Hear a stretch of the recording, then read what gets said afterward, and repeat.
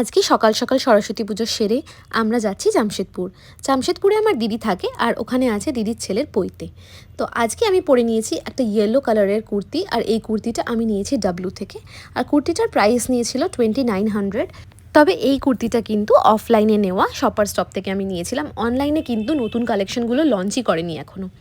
এরপর আমাদের ট্রেন চলে এসছে। আমাদের যাওয়ার কথা ছিল 2:35-এর বন্দে ভারতে।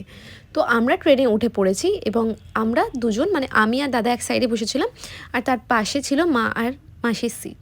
তারপরে দেখো এখানে ডিসপ্লে হচ্ছিল যে 100 কিলোমিটার পার আওয়ারে এই ট্রেনটা চলছে।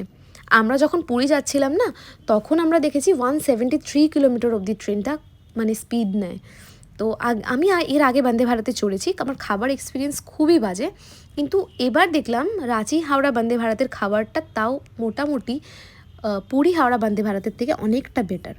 তো এই দেখো স্ন্যাকিংয়ের জন্য যেটা চলে এসেছিলো, একটা নাট ক্রাকার এসেছিলো, একটা ক্যারামেল পপকর্ন এসেছিলো, একটা মাজা এসেছিলো। মাজা নয়, এটা অ্যাকচুয়ালি মাজার মতোই একটা অন্য রকম, মানে অন্য ব্র্যান্ডের মাজা। আর এসেছিলো একটা গরম গরম কচুরি। কচুরিটা কিন্তু একদম ফ্রেশ ছিল, মানে যে ছোটো কচুরিগুলো আমরা খাই ওই কচুরি।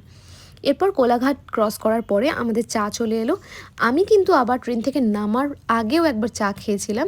সরি, চা না, আমি খেয়েছিলাম কফি। ওটার জন্য কিন্তু আবার 20 রুপিস পে করতে হয়। এরপর ঘাটশিলা আসার পর দিদি বলেছিল যে কল করে দিতে, ও গাড়ি পাঠাবে।